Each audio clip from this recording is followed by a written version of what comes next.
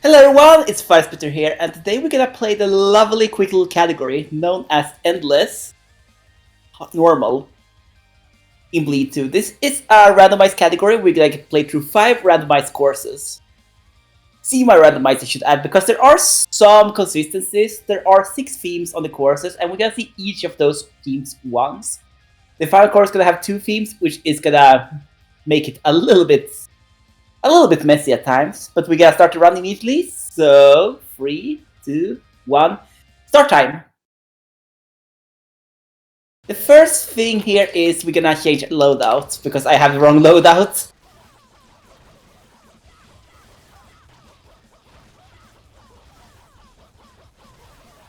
And beautiful. The first trick in this game that's the most important trick and which makes this category so fun to run is the trick called dash resetting. The dash resetting is what allows us to dash as much as we do. Normally you can do 3 dashes, then you have to land on the floor and redo it. However, by doing certain tricks we can reset that. The main trick we're using for this purpose is a trick that's called edge resetting, and we are also making some use of slope resetting. There is a third trick too, which we are not gonna try to count on. As this is a marathon run here, by the way, we gotta pick up a safety heart. If the stage wants to load, a lot of times this game are also really random, and sometimes the game can decide to not want to pass the loading screen at all. It's very rare that it happens, but it is a possibility.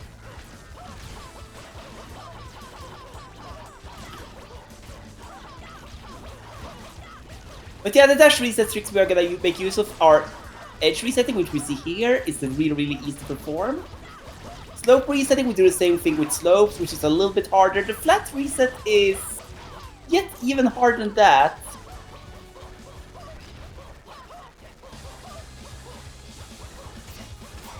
It's a really hard thing to perform. I was trying to show it off there as we have some time. Like you show what it looks like, but it's really hard to pull off with any form of consistency, which is why we're not counting on it.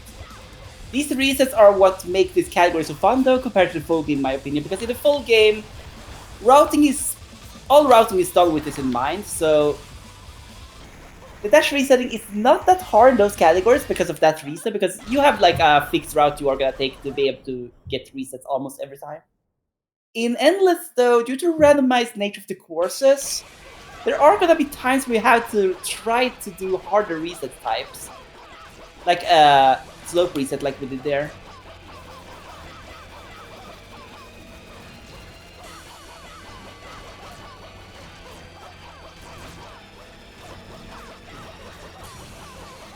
And whoop.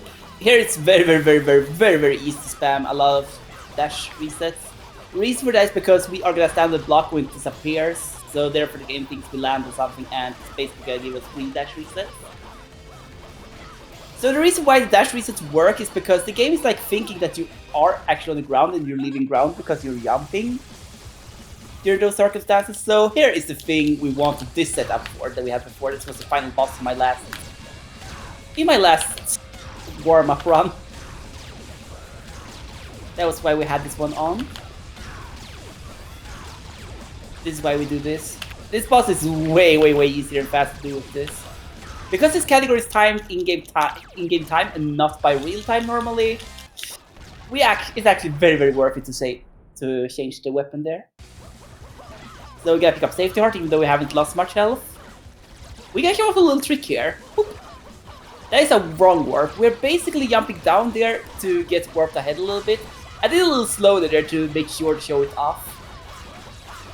It's a really cool trick that saves like 0.7 seconds or something like that. It takes relatively little time.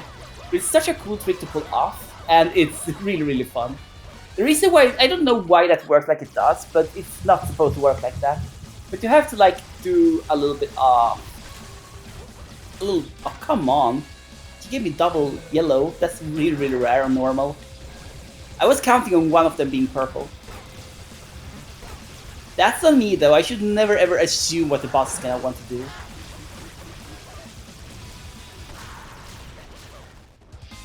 Another really important thing to talk about in this game is the bubble stage gonna come up, but that's not the only thing. The bubble stage is the hardest stage of the entire level, and that's combined with the other level that we have right now with these enemies that are popping into existence. They're also gonna come with some nasty lasers. This is probably the hardest course you can have, because those enemies are just arriving right in time so they become an annoyance, but you can't destroy them before they arrive, so you're gonna have to dodge them, and the bubbles are always hard. The bubbles are, even in the main game, when they are predictable, still one of the biggest run enders. It's still one of the biggest run enders, like from just killing the player perspective. Because of how nasty they are. So the final thing we need to talk about here is the this weapon. This weapon's strength is dependent on the number you have up there. On this boss fight, it's really important to have the, or letter, I mean, not the number. It's very important to have S rank on some bosses, especially this one. And to do that, we basically destroy stuff with different kind of weapons and do this thing. And avoid taking damage and such. So this should be the run, right? Yes, it was a run. Time. You never know with this game for certain when it's time until it's really over, because there is a chance that we are gonna see double bosses on stages. Thankfully, we avoided that, which is wonderful. So that was the run. Thank you all so much for watching this lovely run. I hope you enjoyed it as much as I enjoyed running it.